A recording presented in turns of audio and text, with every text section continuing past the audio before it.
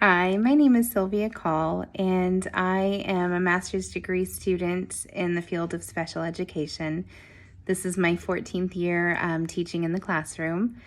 I know that this project is not completed using Kaltura, and that is because I have limped along on the same old, slow, pitiful laptop for the past about 5 years. And I didn't want to buy a new one as I am almost finished. I'm in my last semester with my graduate program, so I was hoping to just kind of limp along just fine until I finished up.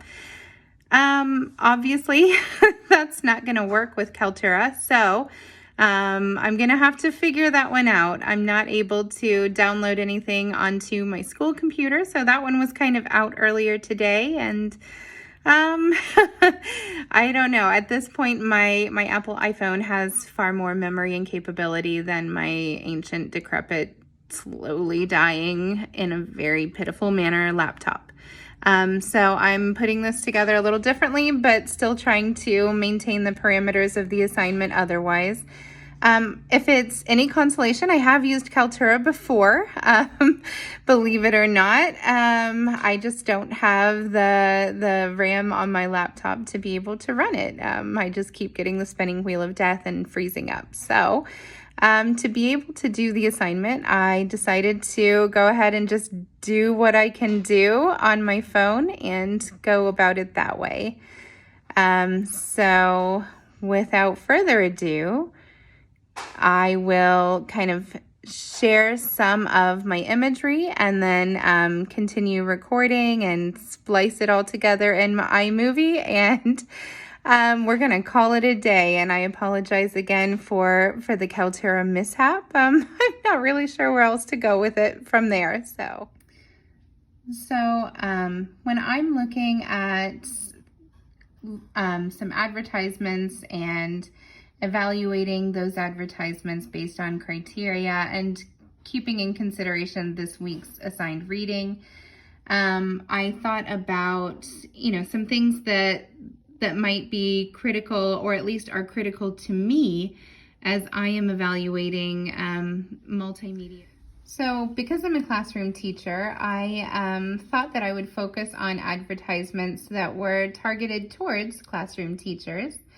And when I was thinking about criteria, especially in regards to the multimedia reading that we completed in the course this week, some of the things that I was thinking about as far as how I evaluate material and print material and multimedia advertisements are they visually captivating? So is it something that I'm drawn into? Is it something that I'm going to consider for more than a few seconds? Is it informative? Is there enough information there for me to base a decision?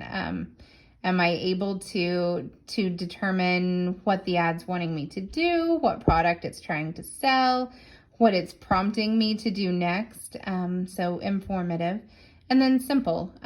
Is it something that I don't have to think too much about to be able to connect with this ad and, complete whatever action it is I need to complete to finish that circle. So this is the first ad that I looked at. It's targeted for teachers. It's a kind of high-end ballet flat, and typically their target audience are teachers, but teachers who are willing to spend a little bit more on footwear.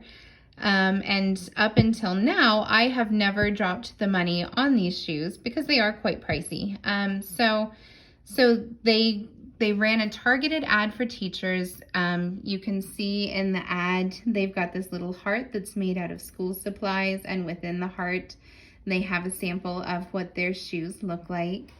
And then they have the information over here. So is it visually captivating? I would say yes. I think, the layout is nice. It's simple, but it clearly speaks to its target audience. I love the school supplies. I love the bright colors.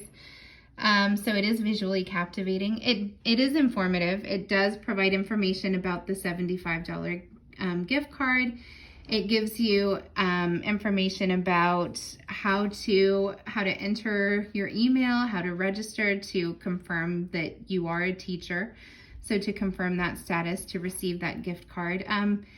When the promotion was live, it provided very clear dates for when you would need to have registered for that gift card. So is it informative? Yes, I would say very informative. It provides the crucial information. I knew what to do to be able to take advantage of that sale. And is it simple? I would say yes. I don't think it provides too much. I don't think anything is redundant or unnecessary on the page. So yeah, I would say it's a good, solid ad based on the criteria that I created. And then the second one is also by another shoe supplier who kind of specializes in providing quality footwear for teachers. This company is called Rothy's. So this is the ad that they have for their discount program for teachers. Is it visually captivating? No, absolutely not. There's no image. So if I don't know what Rothy's sells right away, I'm gonna have to read the smaller print to have any idea that they're selling footwear. And I mean, even at that point, I don't know what the footwear looks like. I don't know if it's sneakers. I don't, so I don't feel like visually I'm being drawn in or compelled to investigate any further. Is it informative? They provide information about this 20% discount. So you can see that they have a 20% discount. However, you can also see that there's an asterisk after the 20% discount. And for me, an asterisk always means there's a catch. So immediately when I saw this ad, my first question was, well, okay, what's the catch? So it's informative to a point, but I don't feel like it's fully disclosing all of the information necessary to make a decision about this product. And then the last criteria, is it simple? It is simple. The design layout is very clear. It's very simplistic, but almost to the point of a detriment. It's almost too simplistic. There's no product image. There's no further information. There is a link to verify eligibility to prove that you are a teacher to receive this discount. But for my three criteria, I feel like it's really only meeting the simple and almost to the extreme in the simple regard. So I would not consider this a solid ad. I would be curious to know which of those companies, the shoe companies, had better results after their ad campaigns as far as their back to school shoe sales to teachers.